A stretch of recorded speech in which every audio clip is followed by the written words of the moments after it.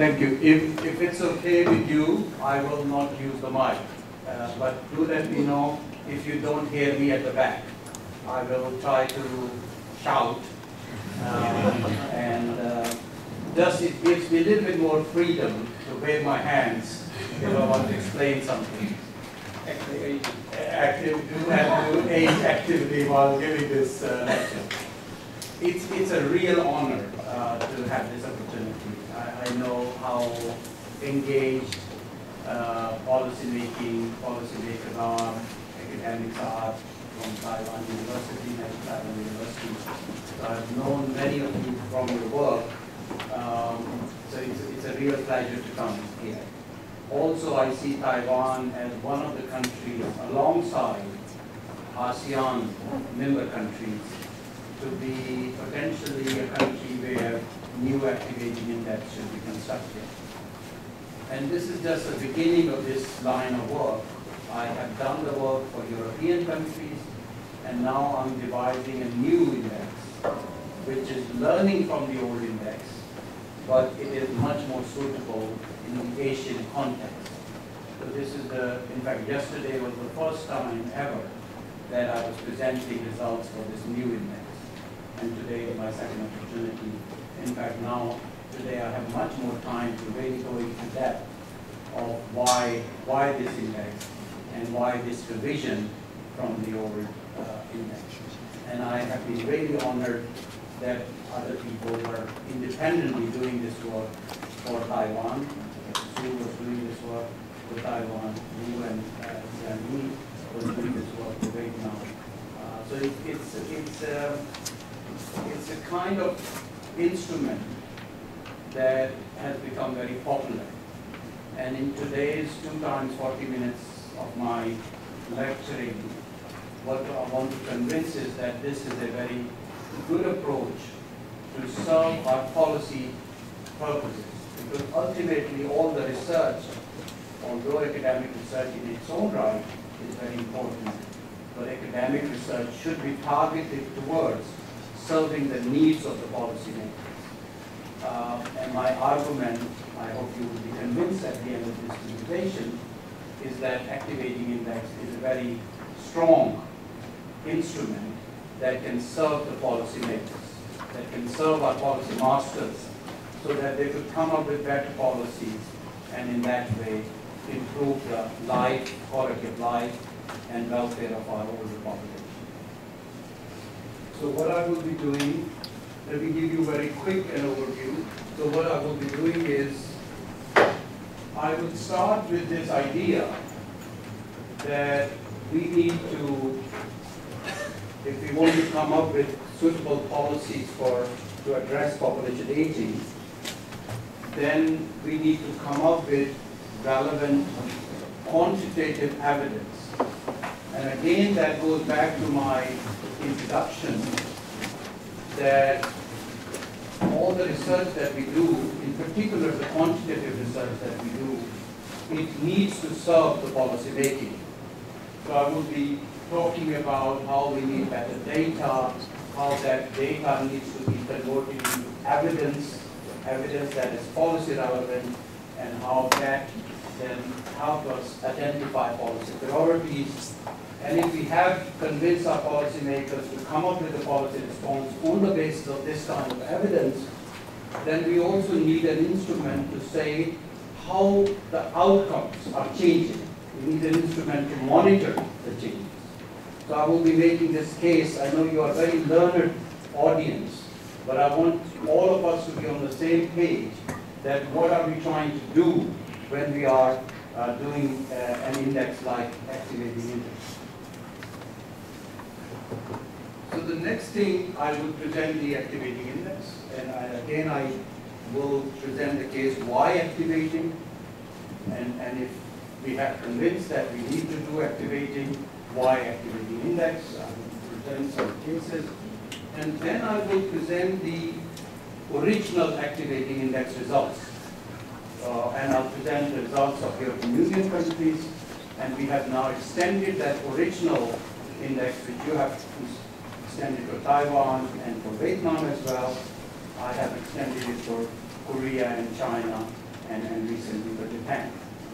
This is more to show, and especially countries like Korea were very interested that they wanted to compare their situation with the European countries. So they wanted to come up with exactly the same version as the European. But then I say, having done that work, we have made lots of learnings. And those learnings led to a simple conclusion that you cannot apply a European context on the Asian context. You have to revisit the drawing board and start thinking about how do you go about revising the index that it becomes much more suitable in the Asian context. So these are the 2 days in which, for the first time, I am presenting the new activating index, which is developed in the context of Asian countries. And for the new index results, I have already done that work for Indonesia and Thailand. Yesterday, for the first time, I presented those results. I will be presenting them again. So the first new results for Indonesia and Thailand. And then we can have a discussion on how useful it is. For your purposes, if you have any specific questions, then we could address those questions. So what I will try to do in the first 40 minutes, if I could cover up to this point, where it's more motivational discussion, and then take a break, and then for the next 40 minutes, discuss lots of results. And I hope we will have time for discussion.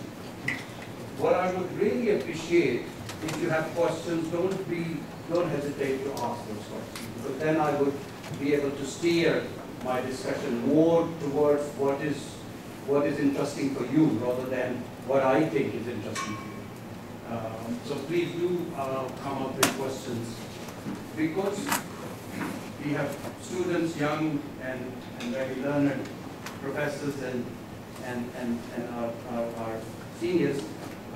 I would go very quickly to the first set of concepts, but please do let me know if you want me to put more emphasis on any aspect. This picture basically tells you the whole idea behind, before we do that, this is the strong motivation I have, and I've been looking for a quote which would summarize the spirit of my work. And Lord Kelvin, more than 150 years ago, said, when you cannot express it in numbers, your knowledge is of a meager and unsatisfactory kind. And the basic idea is, for so long, we have been talking about activating is good. People are writing thick volumes of why activating is good, and very often just focusing on one aspect of activating. And what this work that I'm trying to do is to say, look, we cannot just say activating is good. We actually have to convert those ideas into numbers so that we could show which country is doing better than the other country and what might be the reasons behind that, so that other countries could learn from it and bring about the policy. So this is the core behind all the work that we're doing. And then comes this framework in which, if we want to convert all the ideas into numbers, the first thing we need is data. So data is the backbone of the whole process of converting ideas into numbers. Once you have data, then you move on to research. So on the basis of good quality research, you carry out the research, or on the basis of good quality data, you provide evidence. You carry out research, which is where academics come into play. And ultimately, the purpose of all of this is good policy making. Because good policy making, or changing mindsets, or changing public opinions, is the ultimate objective of the whole exercise. And what we want to do, especially coming to and Asian countries have varying levels of capacity in each of these three pillars. What we want to do, especially presenting this work in the National Health Research Institute in the presence of so many of you, is to see how policy making, what is the demands of the policy making towards the research. So we want to appreciate that what is it policy makers want from us, researchers. So they could put a demand on us that you do so much research, but we need a specific sort of research that is helpful for us. So activating index is making that step. And policy could also provide a feedback to the data that they need a specific type of evidence which requires a specific type of data, and ultimately it drills down to back to the policy. And so it's a process, it's an iteration that we want to go through. And activating index at the moment is in this iteration. And once it reaches policymakers, they look at it, evaluate it, and see, no, we want some more research, we go back to our activating index, we change it or provide some additional analysis, or we go back to the data and then construct a better index so that it could ultimately lead to better policy. That is the whole idea behind this kind of work. And in terms of data, which is the first pillar, what we are looking for is better surveys, better censuses, better administrative results, administrative registers. So many of the official statistics that your National Statistical Office come up with falls under that place. UN Population Division provides us lots of very useful data. But another group that I'm busy with, I'm a member of their steering group, is recently formed by UN Statistical Commission, is called the Titchfield City Group on Aging. And that Titchfield City Group on Aging is providing us an opportunity to work with national statistical offices and help them come up with better surveys, censuses, and administrative registers so that we could study aging better. So you could say that we are involved right in the basic level of generating good data on aging so that we could do better research in the future. Then we move on to the second pillar in which we are using the data to produce research, and there's the academic researchers like yourself coming to play. So what you do, you carry out applied research, especially to help identify policy priorities, and civil society, like what Young was talking about, and other international organizations help translate research into advocacy. But very importantly, and I will make this case through my presentation, that we need tools like activating index. Because just doing unidimensional analysis by single indicators often doesn't provide us the policy priorities. And often just doing a single country analysis do not help us identify policy priorities. So we need a tool like activating index in which we could do comparative analysis. We could show how your country is doing better than the other country, and how that better performance might be linked to some policies which you need to retain, or how some other country has been able to do much better than your country, and what might be policy learnings you can draw from that comparison. So you need a tool like activating index to be involved in that kind of thinking of identifying policy priorities and learning from each other's case.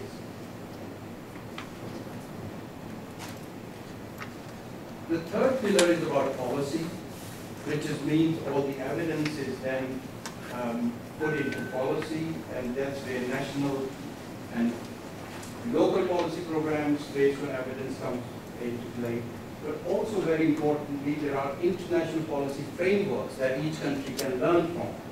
For instance, there is a recent Kuala Lumpur program on older persons, but there is also the 2030 Agenda of Sustainable Development, and in 2002 we also had MIPA, which is for Moderate International Plan of Action on Aging. These are international policy frameworks that UN and other organizations have put together for individual countries to learn from.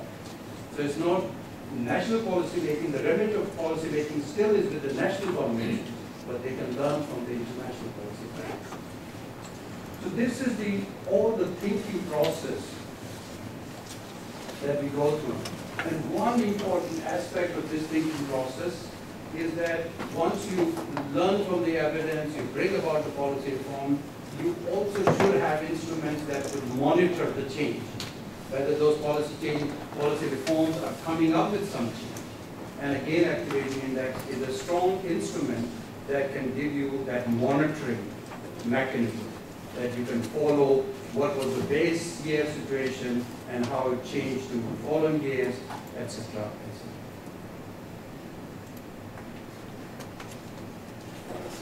Okay, I'm moving up more quickly. If you have any comments or questions up to what I've discussed, which is basically I'm stating the obvious. But I want to put that framework so that we are thinking in the same manner, that we need better data, good data, that data needs to be converted into evidence, and that evidence should be of the manner that policymakers come up with policy reforms, and then we should have an instrument to monitor changes.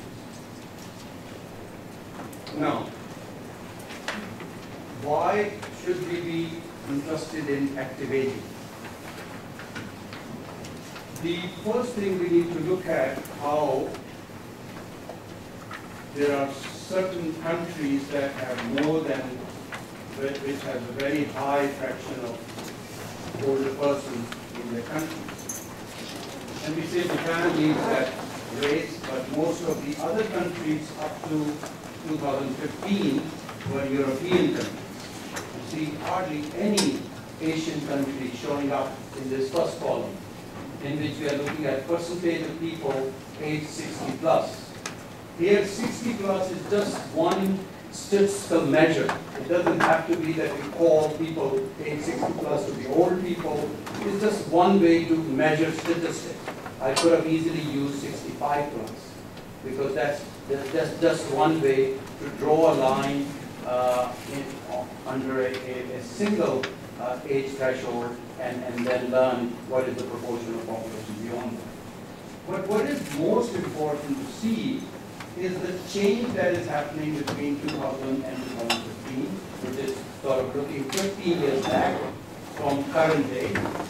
And the change, Hong Kong and Taiwan was amongst the fastest changing societies in the world. Still Japan, but now Korea also joining the league.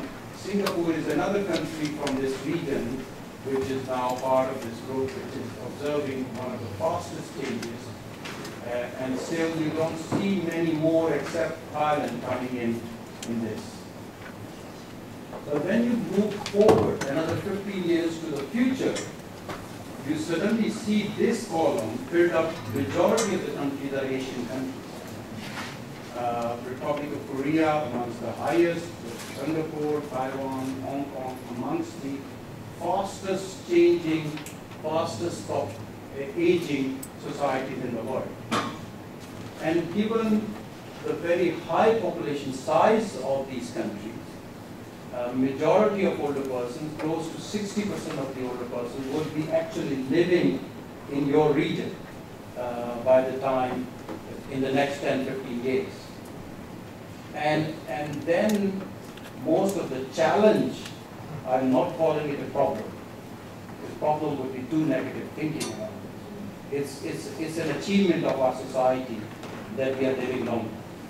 It is an achievement of our society that women have been given a choice whether they should have less children or more children. It's an achievement, it's an emancipation of women that they have been given that choice. Previously they had less of those choices.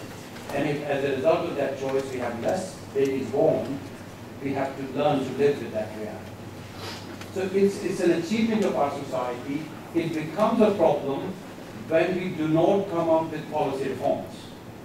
When we do not have an evidence to know which policies to reform and how to reform them, then 30 years from now, or in fact 15 years from now, or less than 15 years from now, we will start thinking about, oh, I wish we would have done something 10, 15 years ago, because we knew this was coming.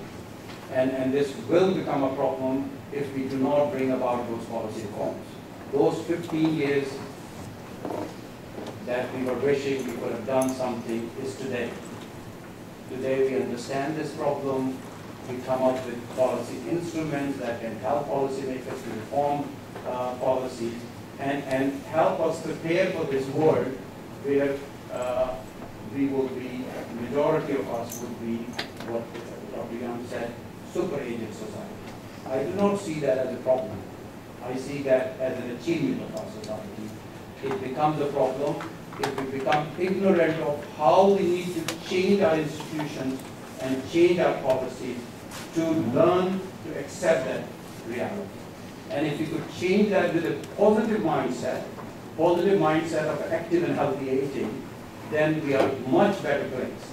And I will make my case how active and healthy aging is the right kind of framework, mindset, not just for policymakers, but for us as individuals, that we believe that active and healthy aging is the way to go, rather than thinking old age is a time of dependency and time of reliance on others. We start thinking about old age being a time to celebrate living longer, to be more self-reliant, and less dependent on others. And activating index helps us in going that direction. I was told that because I'm doing this research from the base of Korea, I wanted to emphasize how, and in the previous graph you see that Korea is one of the fastest changing societies in this respect. You could see that from 2000, and here I'm presenting the cases of 2000, 2015, 2030, and 2050, and you could see how the change is quite rapid. And that's of course driven by longevity as well as falling fertility. At some point we can talk about falling fertility separately, because that in itself is an important topic. But for now we see how fast is the aging process. If you look at China as a whole, this is happening in China as well. If you look at other BRICS countries, BRICS stands for Brazil, Russia, India, China, and South Africa. These are the fast emerging economies, fastest emerging economies in the world, and they are all showing very fast increase in population share of older persons.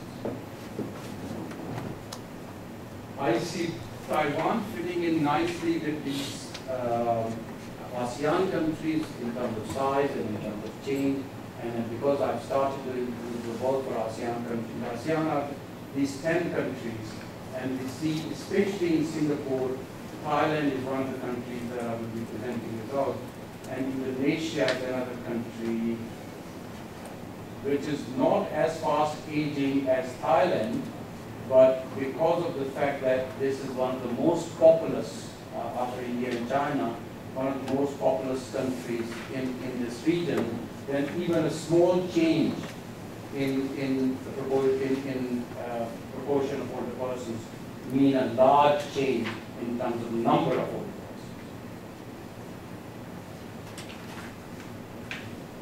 So what is the activating as a policy approach? If population aging is to become a positive experience, then the increase in life expectancy must be accompanied by active years added to life. It cannot be the case that we keep enjoying increase in our life expectancy and continue to retire at the same age and keep adding years in retirement. It cannot be the case that if you continue to retire at, say, age 60 or 65, that your attitude towards how you should be spending the rest of your life should remain the same when the life expectancy was much lower. The way institutions and our mindset was organized is that majority of us only 30, 40 years ago died almost within 10 years of reaching the retirement age. So it wasn't a problem. Everybody knew that there's not much time left. But now, as Professor Young was saying, now almost in some cases 1/3 of our life is spent in that phase which we call post-retirement phase. So we cannot continue to live with the same mindset in which we say when we retire we will be reliant on pension, we will not be doing any work, or we will not be engaged as we were doing it. We need to change our mindset. And similarly, the policy institutions need to come up with reforms which could help us stay more engaged and active in post-retirement phase of life. I mean, you two are perhaps an exception of our society, in which you are so very active, like anybody else in this room. You're active and engaged, and you want to promote new ideas. You're discussing how you can learn from others, and how you could take your country and your society forward. And that is the example we want to set for us into the future. When we get to that age, that is the life we should be living. And if we are able to live that kind of life, then it's beneficial to start with. First thing, it is beneficial for us. If we are engaged and healthy, it's much more much better quality of life than if we are withdrawn in our sitting rooms and waiting for somebody to take care of us. So it's better for us. But also, if we are engaged and active, then it's better for the society as a whole. So just think in terms of pensions. If we could, by extending our working career, delay receiving pension, then that's beneficial for financial sustainability of our pension systems. If we could, even if we retire and start receiving pension, but we become more active in the communities in which we are living, then that becomes more beneficial for the communities as a whole. We could help take care of each other.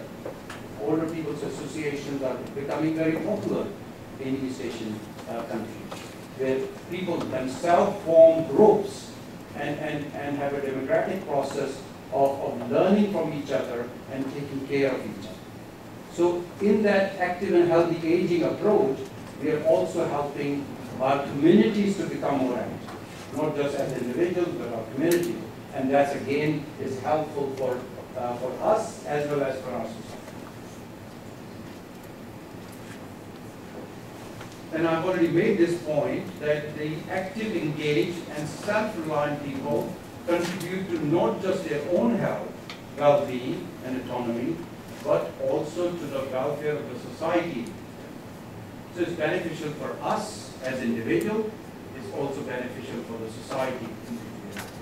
It's beneficial for our autonomy, because one of the greatest things that older people wish to have is to have autonomy, to be able to do things that they wish to do, and activating promotes autonomy and well-being. But most importantly, and I was talking over lunch, and one of the things that was standing out from that discussion, that societal mindset is still, maybe not for this people in this forum, but in general the societal mindset is when you get to 60, you should not be doing any work. You should take rest. You should be taken care of. So that, through promotion of active and healthy aging, we are actually rejecting that kind of deficit model, in which people just having reached a single age threshold are put aside to say, oh, they needed to be taken care of. In fact, we say now that those group of people are a resource to our society, and we need to provide the right kind of environment. We need to change the societal mindset to help them stay engaged in the society. So by talking about and by presenting the work of active and healthy aging, we are rejecting that deficit model, in which older people are projected to be as passive, dependent people. But in fact, what we are saying, older people are active. They have rights. Let's provide them their rights.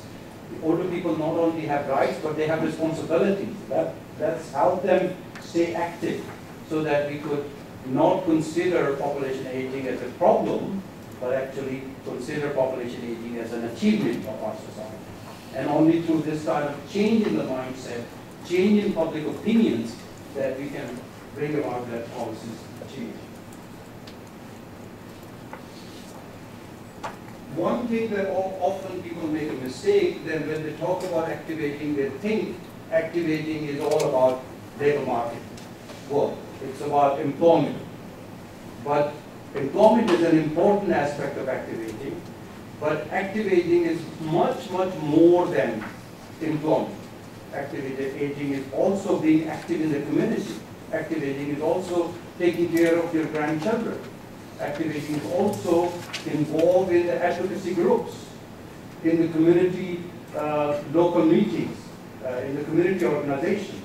So activating doesn't necessarily have to bring wages, going to an employer 9 to 5, and activating means much more than that. I even in developing activating index, I even think that activating is not about activity per se. If you are able to live a self-reliant, independent life, that is also activating.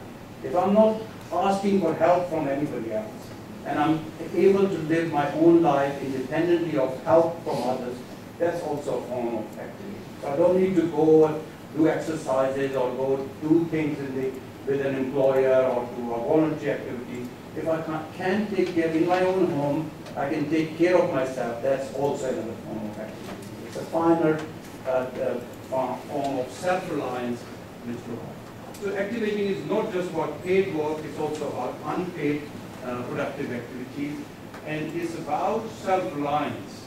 And it's activating is also about creating an enabling environment in the society in which we do not restrict activity and engagement of older persons. Say if the lighting here in this room were not as good as this, next time an older person coming to such a seminar would think twice, because they say, I wasn't able to see very well in that seminar room, so what's the point of me going to that seminar?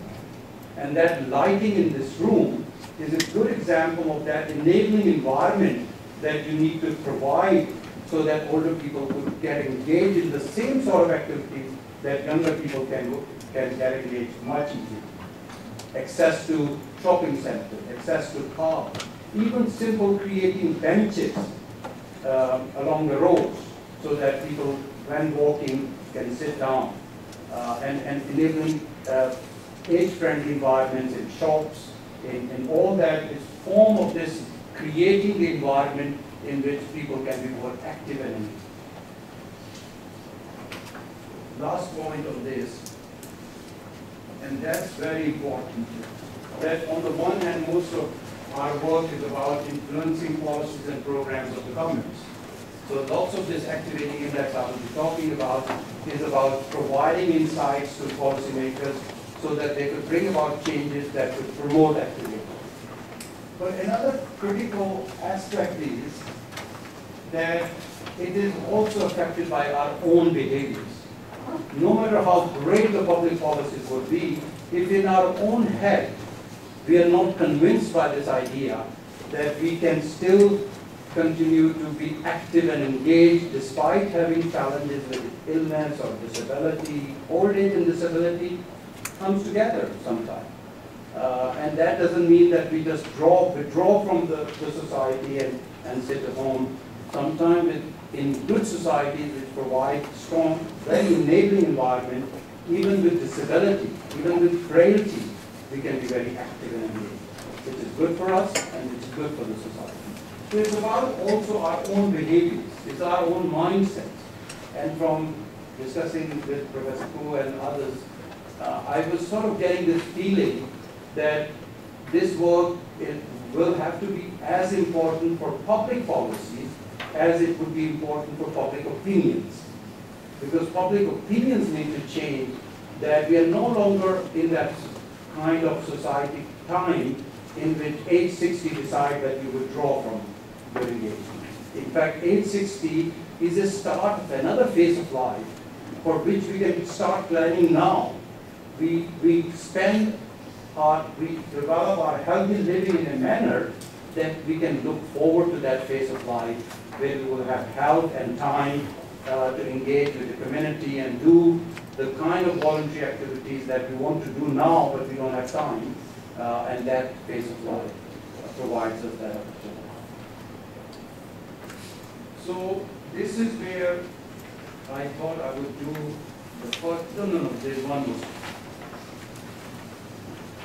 Also, if we are really into business, I'm a development economist, if we are really in the business of development, sustainable development, we need to see how population aging and sustainable development is linked. And any decent form of development, sustainable development in particular, development that is sustainable, you will have to take care of your elders. There is no way you could accept any development process in which your elders or your vulnerable groups of society are left behind. You do not want to have that kind of development. You rather have development which is decent in the form that it takes care of your elders.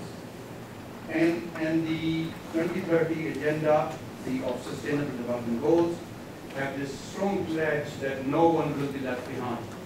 And that is linked to this active aging discussion, that when we are moving forward and having more better forms of sustainable development, we need to make sure that no segment of our society is left behind in that process. Also, we endeavor to reach the furthest behind first. This was another pledge that was made by Sustainable Development. And again, what we are saying here is that old age has this inherent vulnerability, that just because how we look in old age, how sometimes the challenges of old age comes because we don't move as fast as others do, then there is a risk that we will be furthest behind in the development process. And this Sustainable Development Goals is making that pledge, which I am putting here because I'm saying there's a moral case for sustainable development which takes care of our elders. But more important is the economic case. An economic case is what I'm making in all my discussion, in which we say we tap the potential of old age.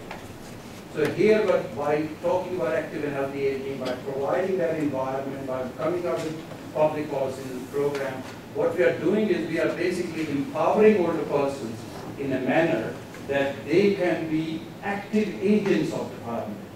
They're not just beneficiary of that development process, they are also active contributors to that development. So on the one hand, there's a moral case to be made that we want to have that development, a decent society wants to have development in which we take along all the vulnerable groups of our society, but most importantly, the economic case that we cannot anymore afford to leave out this 1/3 of our population as the population group which is dependent on public resources. We need to bring them into the development process and tap their potential. Okay, before I go on to the actual discussion of active aging index, I hope in this first session I've made enough arguments. I know it gets boring sometimes just to look at the words and not pictures and results, but I really wanted to have this first session in which we could be on the same page of knowing the importance of data, knowing the importance of the active and healthy aging approach, and adopting a positive mindset for the public policy makers, but also for public in general, for the public opinion. Before we say, okay, if we all agree on that positive message, then we want to see how active aging index can contribute to that discussion, and that we will come back to after the coffee break. But if you have any questions for this part, or even comments you want to add, please do that now.